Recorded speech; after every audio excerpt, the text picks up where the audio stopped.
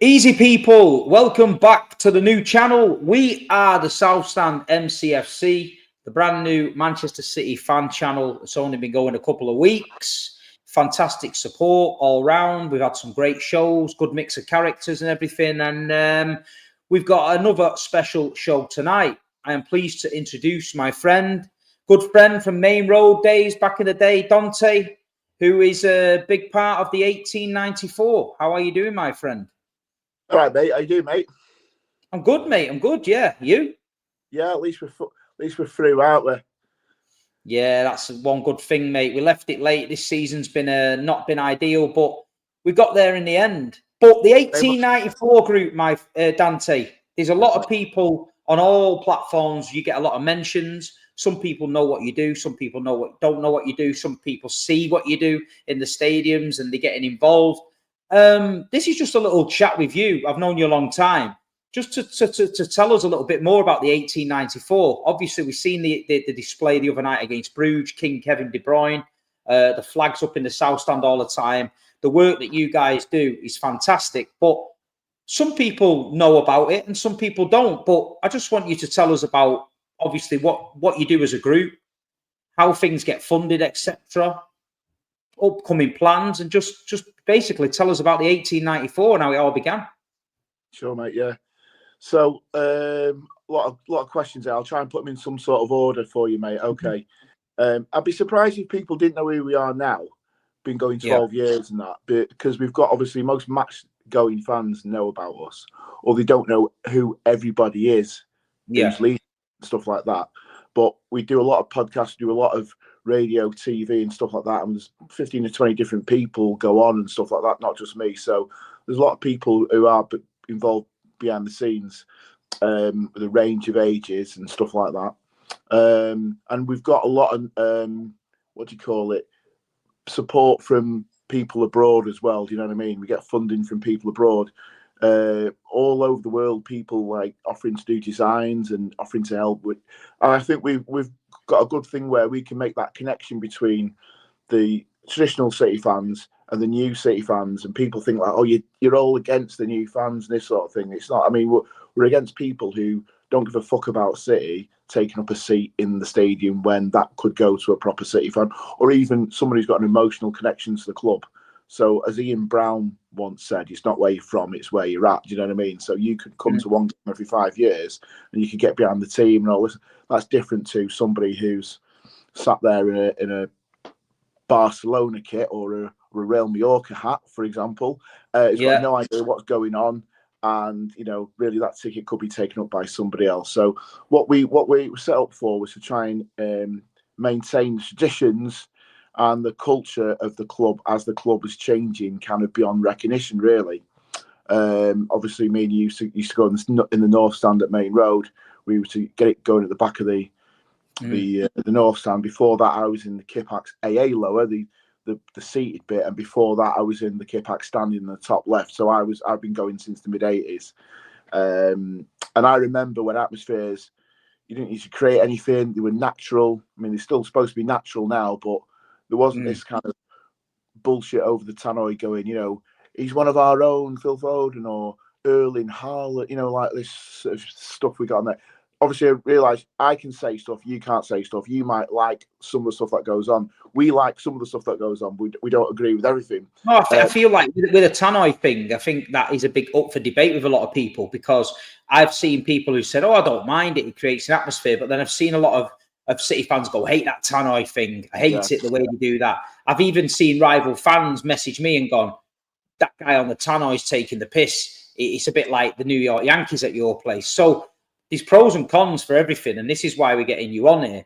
Because people might think that, someone at the club might think, well, I didn't like that display that they did. Do you know what I mean? So there's pros and cons and everything. So we know that. So I mean, I was in that. There was a short-lived group called Blue Alliance, which was with sort of, Felix, don't you? But I mean, there was a time when the City fans we could get tickets to any game really, and we were doing 3 or 4 coaches to away games. And obviously, then as we got more and more successful, and platinum came in and double platinum, and it's harder to get tickets and stuff. You're finding that you can't run it was a branch which was part of the official supporters club for a bit and stuff. And obviously, then if you're part of the official supporters club, you got to behave. You can't go around the service stations singing, Munich and all this sort of thing. The people will turn around and say, "What, I saw these guys doing this. I saw these guys doing that." So some people didn't want to carry it on because basically it meant like, well, dobbing the mates in, or getting too big. And I think the thing about Blue Alliance was like anybody could say I'm part of that and got on a coach, and then all of a sudden it's like people who were leading it were like, well, you're fucking it up for us. We've got a good thing here, and anyone can say the part of it. So we went completely the other way, which was like a little bit more unknown group, and that's I think why it's lasted so long. And I think we used to be like really pissed off when people like Homesdale Fanatics was doing a good display and getting the noise going, and then there's other times when we have a brilliant atmosphere and a fucking great display. I don't think anyone's doing stuff better than us in the Premier League at the moment. Villa last night, that was a club display, paid for by the club and using the club banners. I mean, we do everything ourselves. I'm on the verge of losing my fucking job because I spend so much time doing city stuff. I can't fuck it. I'm just knackered all the time. So we love the autonomy with it, but we're fucking sick of being knackered all the time. But we chose really to do it a little bit more like people who we know. And most of the people who've been there all the way through the years and doing different jobs as you go along. And then we started to open it out to newer people. People like, how do we get involved and stuff? And we started posting things through like Instagram stories. Then you get volunteers, and there's people who like when we do displays, we set it up like 3-4 hours before a game in the rain, in the snow. Say it's a Sunday, 2:00 kickoff. We're there at 10 in the morning. If it's a Monday night game, we're on fucking we're taking half day off. The people who will turn up in all conditions to put things out were the people that really want to do it and will make it happen. And they're the ones that are still doing it now. Do you know what I mean? So that's what it's been. It's been reliable people who not showing anyone up, not saying the wrong things in public. We don't get everything right. But overall, I'm really proud of what we've achieved. One thing that happened when we started off in 117. And then obviously what happened there was they were moving the away fans. So then, we kind of, a lot of fans said to the club, move the away fans, give us the one end.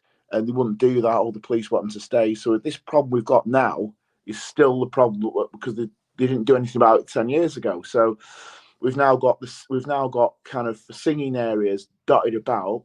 We've got 117 and 118 who sing one song, 115, 116 who sing another song, 110, 111 sing another song, and 314, 315 sing another song. And at times you can all hear each other, and sometimes you can't. So we went into that area 115 because no one was getting moved. It was away fans, and we thought, well, we can have that, and we'd be able to link up the singers from all different areas. But what happened was we had 800 people who were all going to go into that area, and then what happened was the club then made the third tier and basically made the prices miles cheaper in the third tier than the first tier, and basically kind of we're left with like 350 main guys who were in the 115, and 450 went up to the third tier, which is kind of why the singers are split. And you've also got people who are at the back of the North Stand, Block R and Block, where we was. They're in South 2, in 217 and 215, you know what I mean? So the singers are kind of split across all areas. And this is why we've got one end, but we can't hear each other some of the time. And I've been in, so our whole thing is to try and make the atmosphere better, but we're up against a club and the Premier League, which is very, very corporate at the moment, very, very commercial. We all know people who drop away year after year, can't go anymore. And you're trying to make the new fans buy into what it is to be City. And this is why I think we can do a good job with the new generation of fans. The people who mail us from like abroad, they don't want the club's version of City, which is the citizen spelt with a Y, and let's all force the atmosphere and all this sort of stuff. They want to know what was it like at Main Road. They go, I'd love to have seen Kincladie and Rosler and all this lot. They love the kind of the history that we generate through displays. They buy into it. So they're we can link the old and the new, and we're also trying to show them that our problems are their problems. If they want to come to a game and their only chance is paying £500 on a fucking package, then that's tight on them as well, isn't it? So we're here to try we're not an ultras group because the City fans don't want that. We all are casuals. We were all casuals back in the day, but there's obviously the younger element who support us, who would like us to do more and more of those sort of things.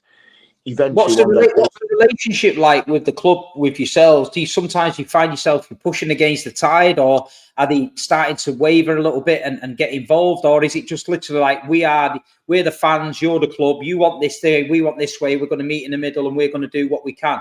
Is it, or did they help you? Did the club help you in with financing some of these, or is it just purely down to the 1894 to get the banners done? Yeah, so our relationship with the club is, if you think about it, is still very good. You know what I mean? Yeah.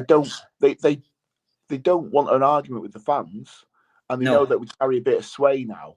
They try to palm us off and say, "Oh, well, they don't understand why we're doing it. You want to wave your silly flags," but that's not what it's about. It's about trying to give fans a voice, because, like I say, a flag don't make a noise, but sometimes you can put a message out and it can say something. Like when we said, the ticket prices, record profits, record prices, stop exploiting loyalty. People have picked up on that phrase now, and there's a fucking national campaign going off it. So it's not as if, we're not scared to say our things to the club. They don't want to fall out with the fans, but at the same time, they'd rather us not do any criticism of them. But at the same time, when we say to them, we'll say things to them privately to them and say, listen, this is what we think you should be doing. We can help you with the PR side here, but you're making some of the wrong decisions, mainly because people at the club are not City fans, and it's like career people. And everyone's got the most custy job in the world. You don't want to piss off their boss. And if your boss is Soriano or Caldoun or Simon Pearce or Roll de Vries, they don't like to be told they're doing things wrong. They think we've not hit the ceiling yet on prices and this, that, and the other. So we work mainly with the events team. Although we've got ins with, say, like, we sometimes you get messages through security, or so occasionally there's obviously. So, for example, Danny Wilson is the main contact on the board, but he's also has to. So basically, we know what the score is. He'll put a distance between him and us ourselves, because he says this group, City Matters, is the club's preferred group, and they're an elected group and all this. Well, we've got elections as well. We're all voted in as well by our fans, which wasn't the case, but we do that now, right? So he says, well, I'll speak to you sometimes, but we can't speak to you all the time. Speak to this guy and that guy. And then sometimes we have to put something out on social media because, what do you call it? They won't listen. And then all of a sudden, you'll get a change, like they made the prices too high. And then, so we got Alex from City Matters to say, right, let's today tell them to make sure the next round's not going to be too low. So we'll get things out, and we'll try and pull some strings like that way. So we've had about £7,000 raised so far this year, maybe slightly more. And we've spent nearly £5,500–6,000 on displays. Like the one last night was best part of £1,000, and we'll need to redo that because it was a display. It was took down by fans too early. So it looked like it came out, and then I don't know what happened, and then I've seen people sort of wrestling with it a bit, and then it just sort of went down. Some fans said, I don't want to, I don't know why. So I understand people want to pay money to watch the game and this sort of thing. We always do things well before the game starts. It's like, what are you going to do? Well, I want to watch the UEFA anthem, and everyone's, it's fuck off UEFA, you know what I mean? So the idea was to give Kev something to see, because it's, he's going soon. So some people didn't want to move up. Fair enough if people like it's spoiling the game, and fair enough you've paid your money, you can actually do what you want. But I would just say, look at the bigger picture. Most fans there wanted it to happen, and you kind of spoiled the display. So what we're going to do is we're going to fucking do it again, probably Newcastle or something like that, and we might move it slightly over. Champions League nights, though, I feel like you're getting these people that have paid for this entertainment, and they've spent a lot of money, and then all of a sudden they're not used to it. A flag appears in front of them. They're probably panicking, thinking that flag's staying there all game. And next minute, everything's getting dragged down. Whereas I don't know, mate. I don't know. They didn't look like tourists. Look like kind of local lads, really. But at the end of the day, we don't disrupt the game. Like if say you've got these big telescopics, we don't use them during the fucking game or anything like that, you know, because or rarely because people want to see the fucking game. And we started going outside onto the pitch as well, like just right at the edge, just to make sure I wasn't getting on everyone's nerves. We're probably going to get back in there soon.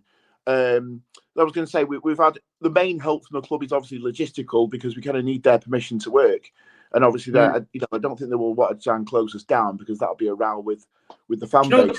Right across the east stand, that big flag that said we follow you everywhere. Was that a club flag? That so that you guys designed it, did you? We've never took anything that we put out there. We'll if it's something that we've done, we'll say what it is. So we will retweet that. So that night against Arsenal, the display that we did was actually the other in the south stand. It was from an old program, and it said it had the city badge, and it says Main Road, Moss Side, and I picked that. Yeah, that was designed by us. The We Follow You Everywhere. We never. That was Felix who designed that. And the club sorted that out, which was, I mean, for a banner that big, it needs about 50, 60 grand. No, we haven't got that money. We've done things ourselves, like, you know, the ship and the phone, you know, these buses, that's like 3-4 grand. That's a big outlay. We've got other ideas, but we have to make sure we've got enough money to do those things. We have some. Can I just run something by you? I don't know if it'll work. I had a little thought that when we get our season ticket renewals, if there was a box to tick in a renewal and said you can donate £2 to the 1894 group for displays, and we've got 30,000 season ticket holders. Obviously, not everyone's going to do it, but if they tick that box, if half of them tick that box, 15,000 tick that box at £2, and the money got put into a club account, which you guys could have access to, I think that'd be a fantastic. I think most City fans would go for that, and it'd give you like 30 grand in money to improve the atmosphere. Yeah, that was one of our guys who was in 117 called Andy Merce, didn't go anymore. He kind of suggested that. And we talked about that at the time. We're in the early days when they were putting something on the website, which was they used to put on the website 114 to 118 is a singing area. They don't put that out anymore. And we was talking about it and think whether we would do that or not, or whether that would be too close to the club. Just like in the very early days, there was a guy called Nick Becker, and he saw us growing, and they tried to buy us off and say like, well, if you've got your T-shirts, maybe we can get you a line and put it in the souvenir shop. And we said, no, it's too close to the club. You know, we want to be independent. You know what I mean? So I don't know. I've heard that idea before. The thing is, at the moment, we're at full capacity. So unless we did it as full-time jobs, which you can't do that, there's only so much you can do. And then sometimes the club can do things better anyway. So if there was a really like a full stadium display or something like that, which is what fans expected against Madrid last year, but we had something else.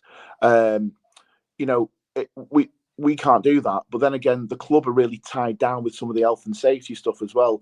They can't do certain things because they think, oh, well, we can't do a car display. What if somebody throws it on the pitch? And I was like, for fuck's sake, you know what I mean? Stop being stupid about it. So sometimes it's crazy when you watch games abroad and you see that the levels they go to. I mean, and we, to be honest, we've got, it looks like our lads have got their hands tied half the time. If we started doing flares and pyro, we'd all be banned. So we have got some people banned. We have got some people banned for stuff, and then we can't get them in. We can't get them back in. There's no favouritism. You know, if somebody's done something, like one of our main guys, he was young boys. The game last year was it? They were all holding flares and pyro. One of ours lit something, and then someone grassed him up, and then he's got a 3-year ban. You know what I mean? So there's nothing that we can do. If somebody, by the letter of the law, if somebody does something, then there's nothing you can do. You've got to work within the guidelines or the safety rules of the club. Could you not have control pyro at the side of the pitch where they've got a bucket next to them with sand in it, and then they light it, and all the front is all lit, and then as soon as it finishes, put it in the sand and it's done. Controlled fire stewards, or is that just?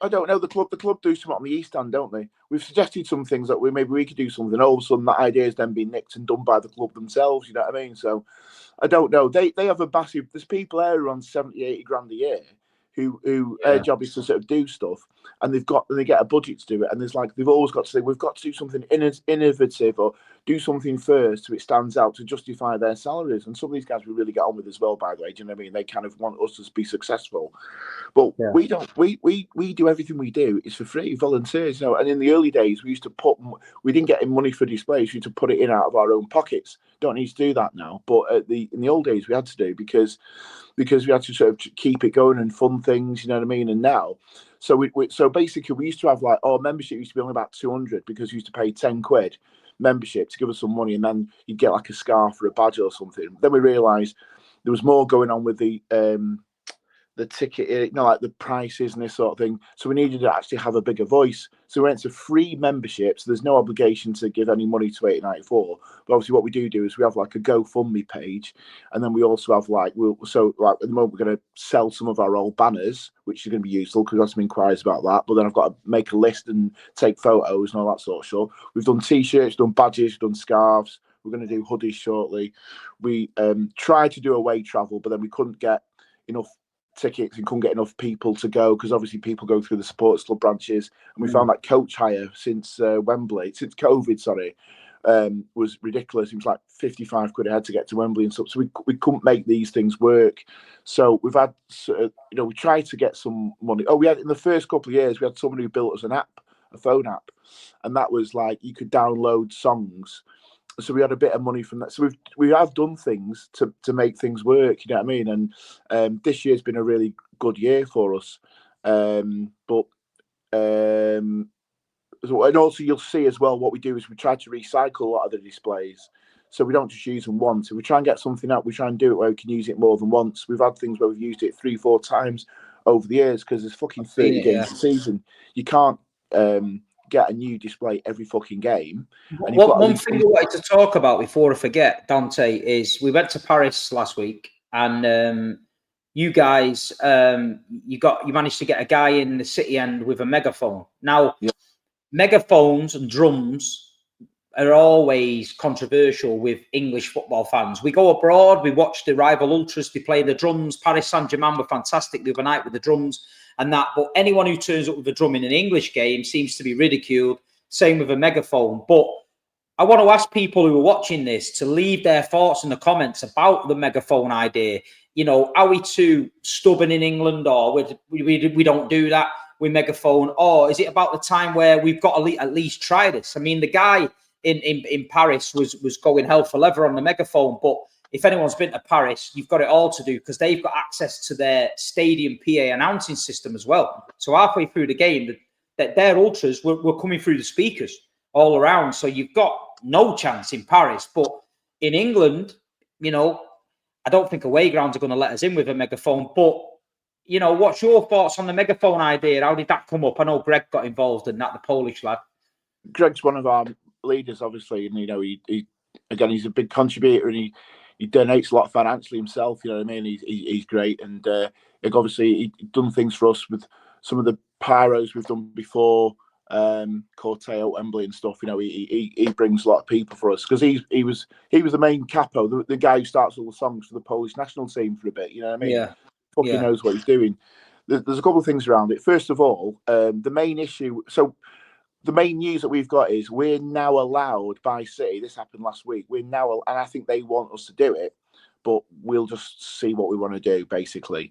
Greg's not available for a little bit anyway, so having a bit of a break, I think. So what we need to do is we're now allowed by the club to bring in a megaphone if we want to into the South Stand. The benefit of that may be, because I'm a traditionalist, I don't really want to use it at all. I certainly don't want to use a drum.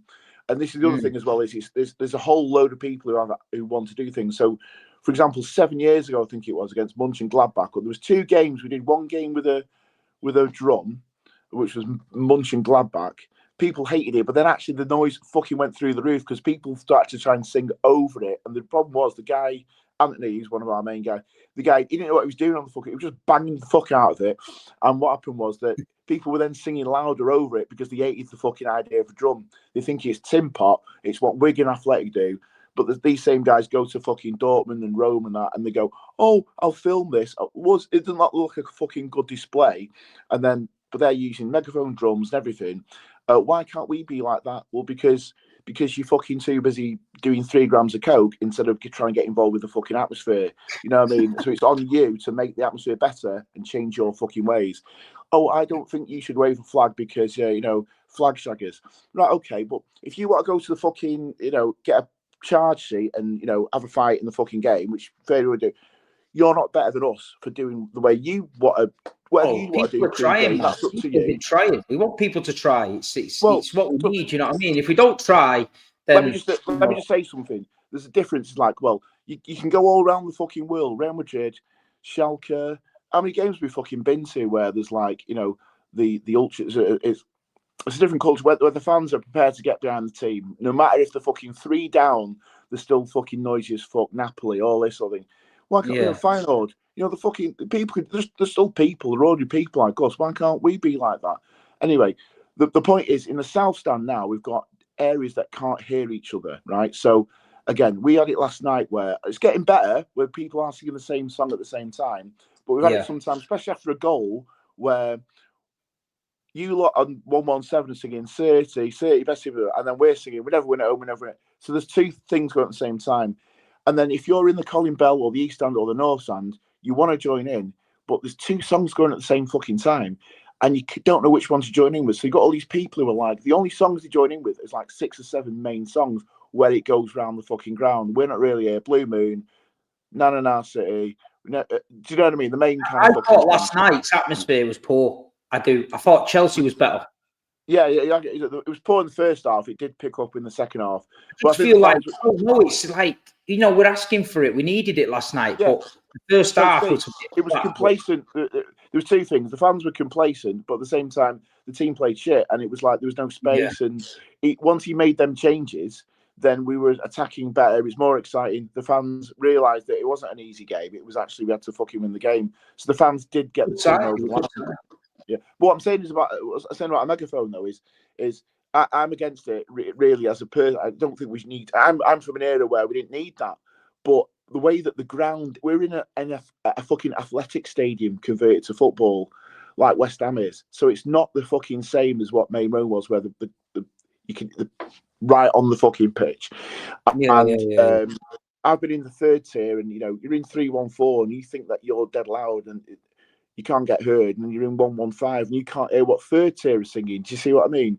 Like Paris, what happened was the reason we did it at Paris was because we pick and choose. So I got outvoted for that Mönchengladbach game. I said it's not the right game, but others wanted to do it, and that was what it is. And then someone took a megaphone to Wembley for a singing block for one of the semi-finals, and it didn't work. And it's like, but what they were doing was they were starting songs without one. So what Greg did, he didn't start any songs, so he didn't force any atmosphere. It was song was being sung already. He was carrying that song to make sure that the other blocks could hear it. So basically, we did it that game because Newcastle went there last year in the Champions League, and they got robbed last minute and everything. And basically, they were saying to us, they pumped the noise on the 2nd tier, the other end. The Paris Ultras are up there, and it's them lot singing, but then the club pump the fucking noise from their end into the speakers, they do, right next to the away fans, so that you are intimidated and you can't hear yourself think and you can't get a song going. So we thought, right, well, and we're on Paris. It's 2 tiers in the corner where you're not necessarily like Juventus was. Because I went to Juventus, and it was like the top tier and the bottom tier couldn't hear each other. See what I mean? So then it's like the same thing at Paris. We're going to get fucked over. It's a must-win game.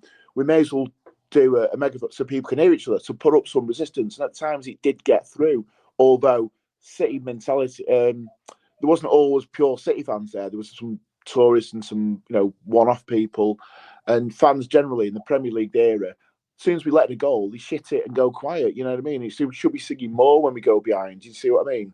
But besides the fucking point, the reason we did that game was to try and make sure that people could all hear each other and sing the same song at the same time. Now, the idea of what we've now got the chance to do, if we want to do it, or if people want to try it, is if you're in the South Stand and you carry a song, that becomes the loudest song. All parts of the South Stand can hear it. If more people join in, it only takes a little bit of extra noise for the rest of the stadium to fucking sing it. And all of a sudden, these commentators start wanking over the atmosphere, like, oh, it's fucking brilliant here. I can't believe how it's turned around. And that's what it could happen. So the thing is, it's like, I'm not saying it because we want to start songs and do an ultras culture. What I'm saying is, if people can't hear each other, is there a reason to say, well, it might be worth giving it a go to amplify songs that are already going so that more people can hear it? And I noticed this as well, mate. You know, there's a 2-second difference. So if you're at one end of the ground, the song is like 1 or 2 seconds different, and it's also 1 or 2 seconds difference between the third tier and the first tier. So sometimes there's a lag, a delay, and you can't quite hear what the noise is, what is the song, and join in. Some people might know it and carry it, and some people don't know it. So the song doesn't carry on for a few seconds. And then you get a time when everybody does hear the song, and then the fucking atmosphere goes mad, like it's unbelievably loud. And that's because the song's carrying at that time. So what I'm saying is, I'd like to hear what people say, because we did it, we thought, fuck it, we've got nothing to lose. And the feedback we had on that day from people who went was like, well, I was really skeptical about it. I was fucking dead against this. And actually, I'm actually moved forward a bit to thinking, well, maybe it might be all right if used in the right circumstances. You see what I mean? Not some belling at the front. So we had 2 guys for another game. We did it at a Megaphone game. One game, I don't know what the fucking game it was, but basically there was 2 of our main guys, but a bit naive. One of them was in like a green coat, the other one was in a fucking orange coat, and they stood out. And we were told by the club it's got to be done through a special megaphone, which is linked to their PA. In other words, they could turn it off at any time if there's any swearing, which we've now been told we can do our own thing. Which was because we said, if we can go to Paris and take our own thing in, why can't we do it in Manchester? And they've relented, right? But the guys who were doing it, they were singing it, and people were like, what the fuck are you doing? So, of course, they were getting shit like Mr. Tumble, fuck off your nonce, and all this sort of thing. So they're not going to do it for a bit, are they? Whereas you get someone who's at the back, say you get someone at the back between 115, 116, who can hear both sides, the south lower, carries that song on, maybe it could work. And it's discreet, and it's not like in your face, and it's actually not a bad thing at all. So, you know, I'm thinking we've got Madrid or Bayern, you know, and that needs to be fucking a raucous atmosphere. We need to actually slam Madrid into the fucking ground. We need that whole stadium fucking hating every single Madrid player. I don't mean like smash the Madrid coach up when it arrives. I mean, it's like it needs to be intimidating as fuck. We need so you're not going to use it against Southampton because no one gives a fuck. No one's up for it. But there's big games where there's games at City where it's a shit game. The atmosphere is actually really good. You don't expect it. Then sometimes there's like a big game and you think the atmosphere is going to be brilliant, and the atmosphere is not as good as it should be. And then sometimes, under them circumstances, you might think, fuck it, like people can't hear each other or they need a G up. So that's it. I just think it's something to talk about. We've now got the opportunity to do it if fans want to do it. So you might get 50-50, and you might get people saying, I fucking hate it. But that's the reasoning behind it, not because we think this should be imposed on people, but actually we want people to hear. So you want people to obviously they're going to give feedback on here. Where can they find you on socials, like your group, where they can give feedback and tell you ideas or get involved or things like that? Mainly Instagram. If you just go on Instagram and DM us, we don't always get back same day because we are 1894. We are 1894. Yeah, I mean we was called 1894 group because that was our name. But what happened was people, because we were, as we said, the reason we started up was like in a different way, not to say, oh look at me, I'm in this. It's like a bit of a quiet and just get on with it, and loyal people who will see us through.